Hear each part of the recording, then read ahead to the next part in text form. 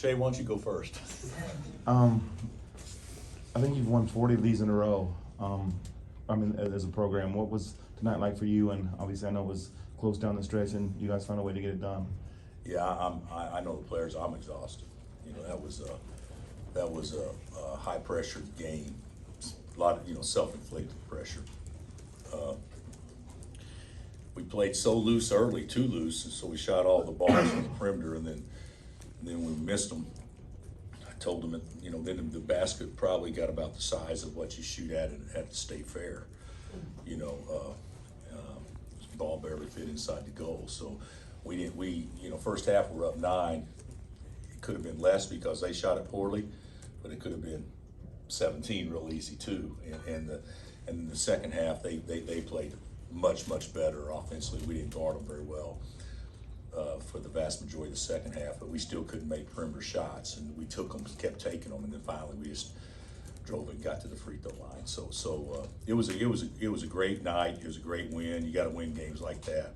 But certainly, I think it was guys felt a little different pressure tonight, being senior night and also playing for a championship. When the season started, did you envision something like this happening? I mean, winning the league with a game left and all that stuff. Well, I'll be honest with you. I always envision us having good years. So I've never not envisioned us having a good year. I think this year's league is better. That it's probably not surprising after we got into the year. But if you told me before the year that this team would do what they've done this year and accomplish what they've accomplished so far this year, I would have said that would have been a little bit of a reach.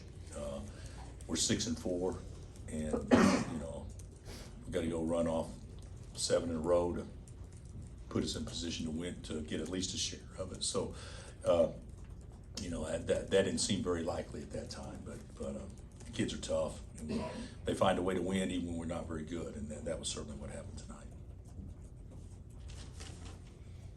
Bill, on that play that McCullough hit a layup to give you a 3-point lead, does that kind of signify the grittiness of your team? Because didn't Adams and Wilson bat it around and dive for it? And I got to go back and see it, but has there been a more competitive play that I can remember?